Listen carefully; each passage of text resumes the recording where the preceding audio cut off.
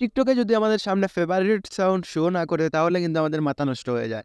তো আজকে আমি আপনাদেরকে দেখাবো কিভাবে টিকটকের ফেভারিট সাউন্ড শো যদি আপনারা না করে তাহলে কিভাবে শো করাবেন। তার জন্য প্রথমে চলে যাবেন আপনার ফোনের টিকটক অ্যাপসে।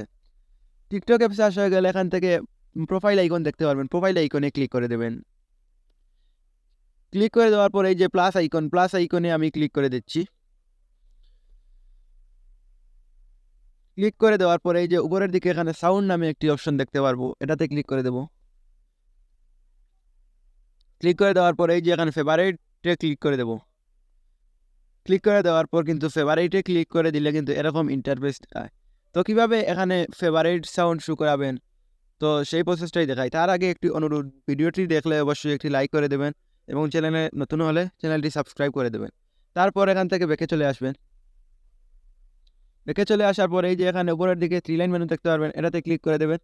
ক্লিক করে দেওয়ার পরে এই যে এখানে সেটিংস অ্যান্ড প্রাইভেসি দেখতে পারবেন, সেটিংস অ্যান্ড প্রাইভেসিতে ক্লিক করে দেবেন।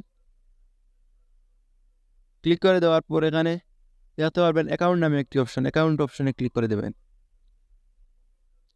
ক্লিক করে দেওয়ার পর এই যে এখানে সুইচ টু পার্সোনাল অ্যাকাউন্ট, এটাতে ক্লিক করে দেবেন।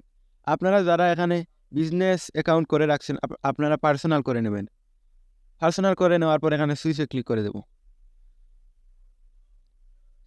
এখন সুইচে ক্লিক করে দেওয়া হয়ে গেলে আমরা ব্যাকে চলে আসবো। দেখি তো এখন আমাদের সামনে কি ফেভারিট সাউন্ড শো করে।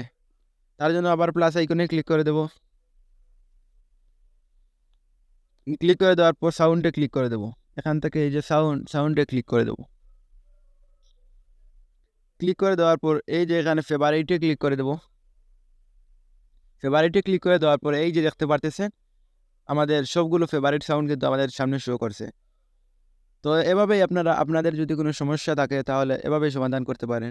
ভিডিওটি দেখে যদি আপনার একটু উপকার হয়ে থাকে তাহলে অবশ্যই আমার চ্যানেলটি সাবস্ক্রাইব করে দেবেন এবং ভিডিওটিতে একটি লাইক করে দেবেন।